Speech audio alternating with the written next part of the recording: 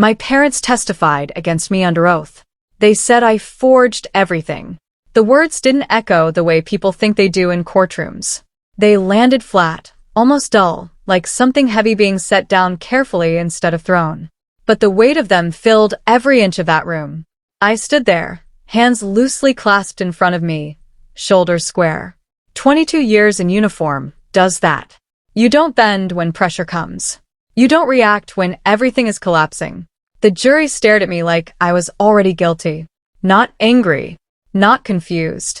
Certain. My mother wouldn't look at me. Her fingers twisted a tissue until it tore apart in her hands. My father stood straight, jaw tight, gripping the railing like it was the only thing keeping him upright. We trusted him, he said. He had full access. Full control. And he used it to steal from his own family.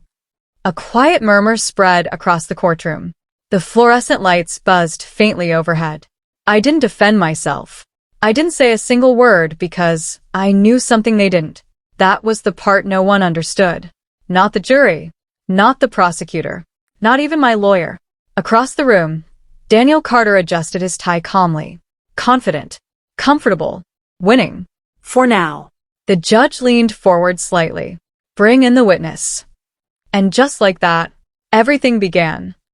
My name is Michael Carter. I'm 61 years old. And until 6 months ago, I had never been accused of anything in my life. For 22 years, I worked in naval intelligence. Not the kind of job people imagine. No glory. No spotlight. Just long nights, silent rooms, and data that most people would never understand. I tracked patterns, signals, anomalies. I learned something important in those years. Truth doesn't shout. It whispers. And if you're patient enough, it reveals itself. That patience is why I survived. And it's why I'm standing in that courtroom without fear.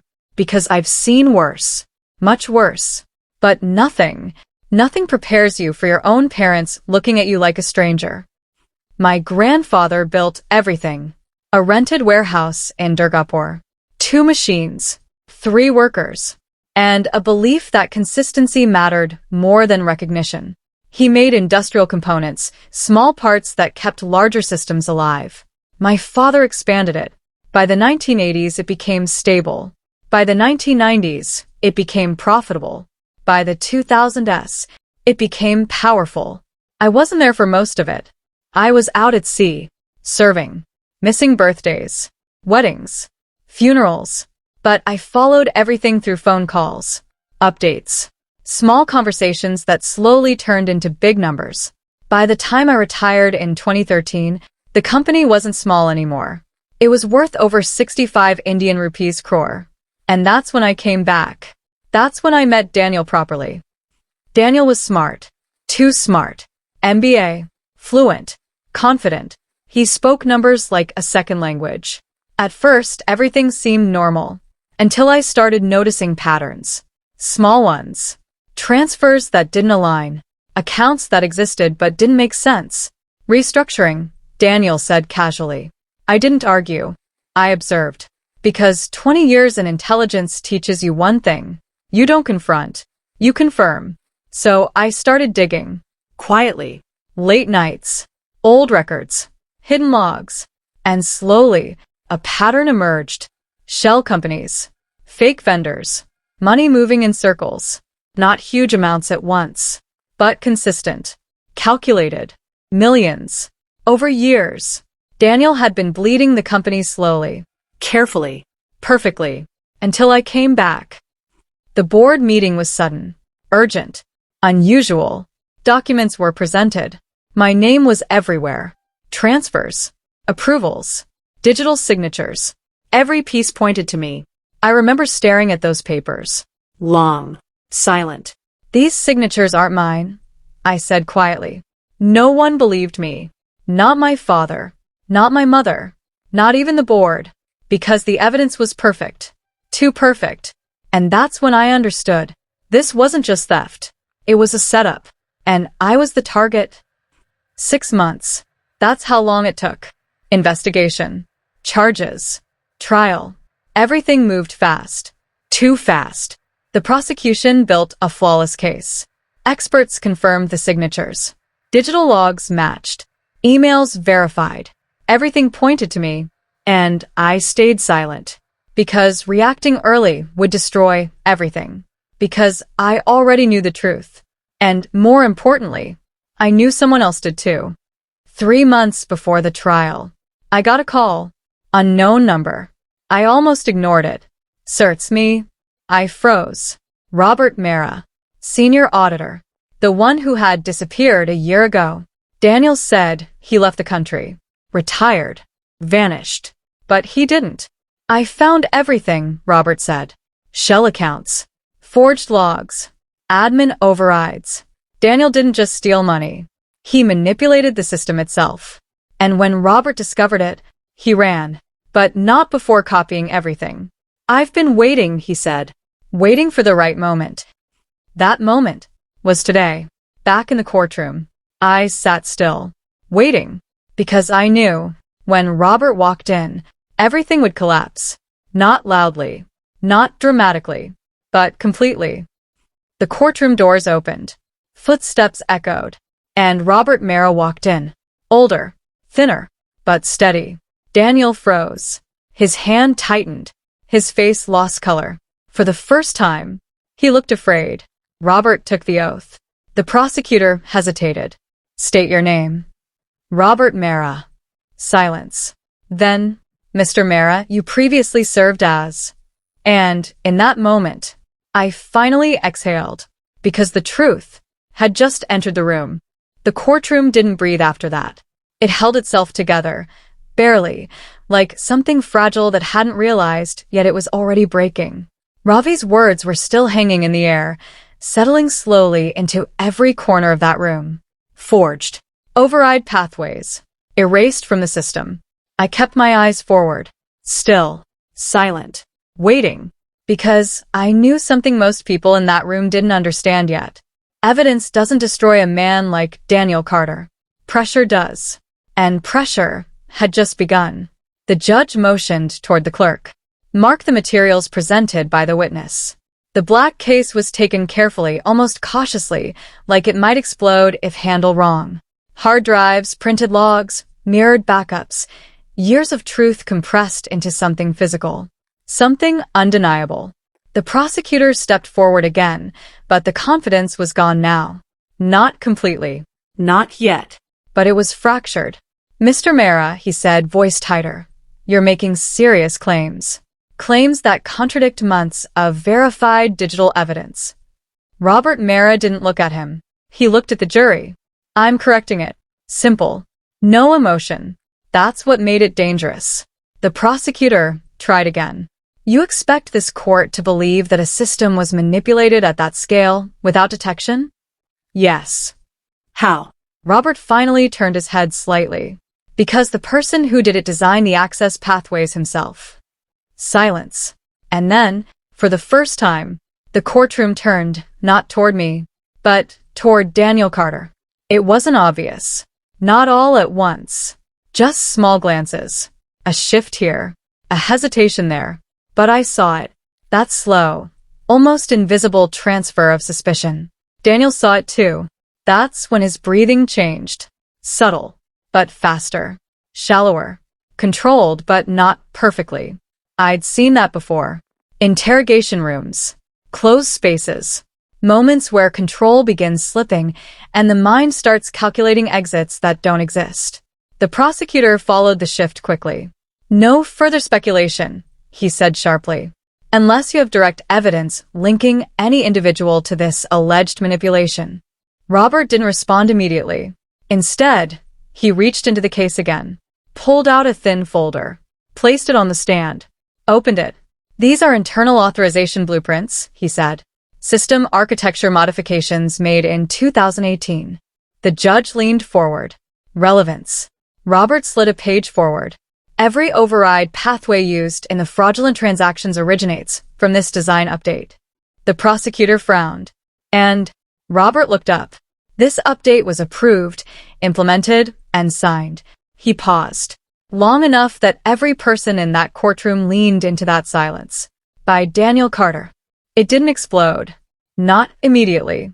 It sank, like something heavy dropped into deep water. The reaction came in layers. The jury first, subtle tension, eyes narrowing, posture tightening. Then the board members in the back row. Whispers, disbelief. Then, my father. His head turned slowly. Toward Daniel. Not angry. Not yet. Confused. Like a man replaying years of trust in his mind all at once. My mother didn't move.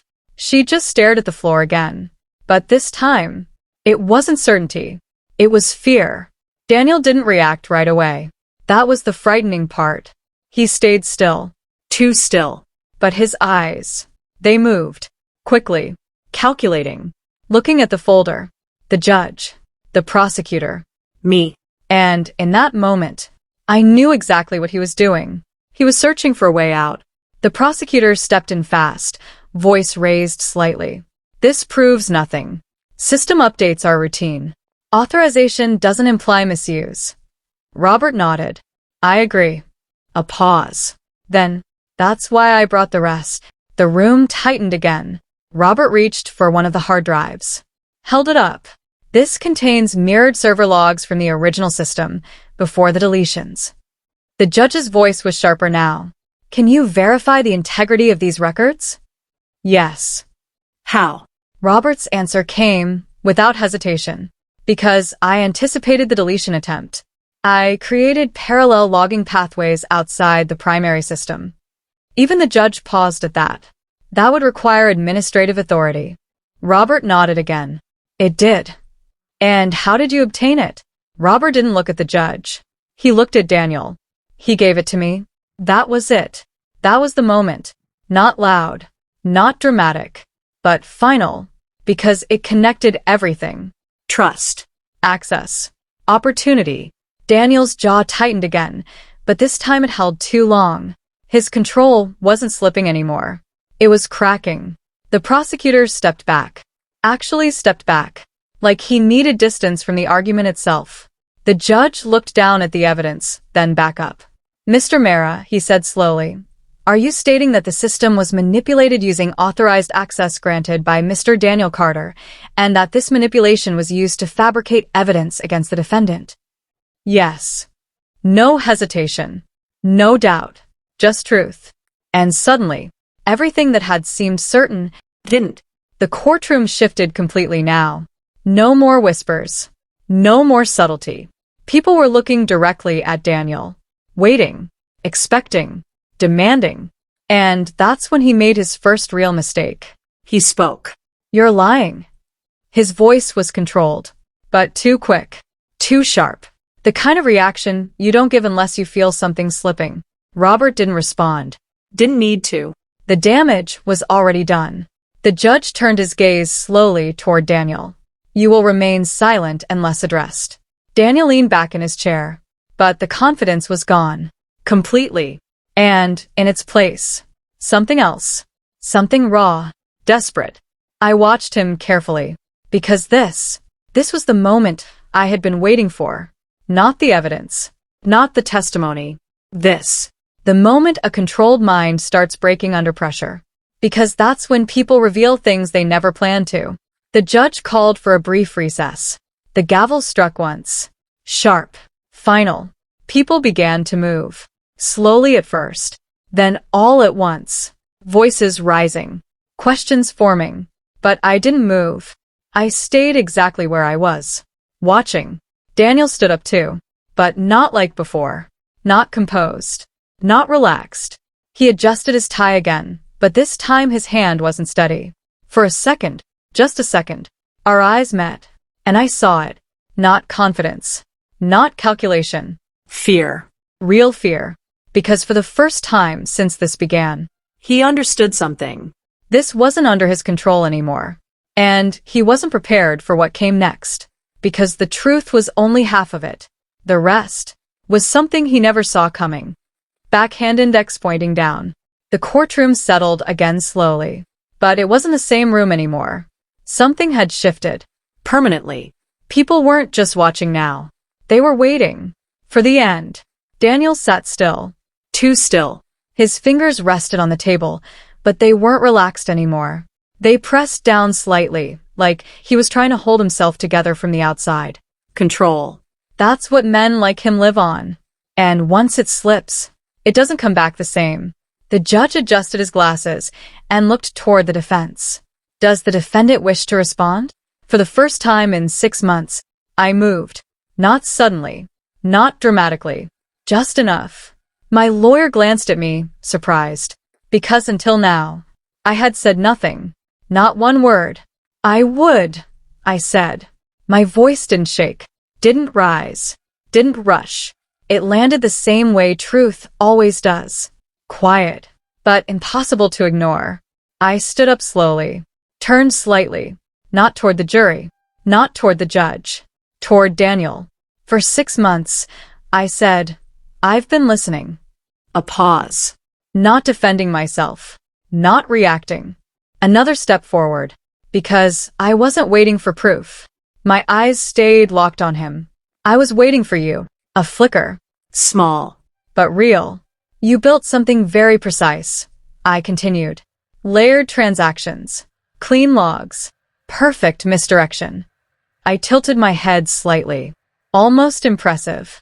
A few people shifted in their seats. Daniel didn't move, but his jaw tightened again. But there was one thing you didn't account for. Silence. The kind that pulls people forward. You assumed I would fight back immediately. I let that sit. Defend myself. Panic. Try to prove innocence. A slow breath. But I didn't. I turned slightly toward the judge, then back to Daniel. Because in intelligence, the fastest way to lose the truth is to reveal that you already know it. That landed. You could feel it. So I stayed quiet, I said. And you kept going. Another step. More transfers. More confidence. More mistakes. Daniel's fingers curled slightly now. And while you were building your case against me, I paused, then finished softly. I was building one against you. The courtroom didn't move, didn't breathe. I looked toward the judge. Your Honor, with the court's permission, there's one final piece of evidence. The judge nodded slowly. Proceed. My lawyer hesitated for half a second, then handed over a sealed document. Not from Ravi. Not from the system. From me. This, I said, is a timeline. The clerk took it, passed it forward. Every unauthorized transaction, I continued, mapped against Daniel Carter's private travel records, device logins, and restricted access entries. The judge's eyes moved across the page. Slowly. Carefully. They don't just match, I said. They overlap. A pause.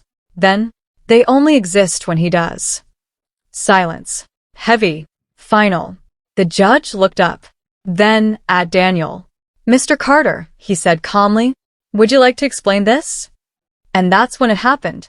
Not loudly. Not dramatically. But completely. Daniel laughed. Once. Short. Sharp. Wrong. Then he leaned back. Shook his head slowly. You really think this is enough? He said, but the confidence, it was gone. What was left didn't sound like control. It sounded like something breaking. No, I said quietly. I think this is. I nodded once toward the clerk. The audio device was still connected, still active. Play the rest. The room froze again. A click. Then a second recording began. Not commands this time. Not system access. A conversation. Daniel's voice. Clear. Unfiltered. He won't fight it, the recording said. He's too disciplined for that. That's the advantage. A second voice. Unfamiliar. Nervous. And if he does? Daniel laughed softly. He won't. And even if he tries, by the time he figures it out, a pause. Then, it'll already be too late. The recording ended. No one moved. Because there was nothing left to argue. Nothing left to explain. Nothing left to defend. Daniel didn't speak again. He didn't look at anyone. Didn't react. Because there was nothing left inside him that could. The judge exhaled slowly. Then looked toward the jury. You will disregard all prior assumptions and consider the evidence presented in its entirety. The deliberation didn't take long. It didn't need to. When they returned, I didn't look at them. I didn't need to. Not guilty. The words landed softly. But this time, they didn't feel heavy. They felt empty. Because some things don't come back with a verdict. My mother was crying. Quietly. Finally, my father didn't look at me. Not yet. Daniel was taken away without resistance. No fight. No last words. Just silence. And for the first time in 6 months, I allowed myself to breathe. Fully. But the truth is, this was never about winning. It was about waiting. Because pressure doesn't just expose the truth. It reveals people. And in the end, it revealed all of us. I walked out of that courtroom alone. Not because I had no one left, but because some distances don't close that easily. And as the doors shut behind me, I realized something. The silence I held onto all this time was never weakness. It was the trap. And he walked into it perfectly.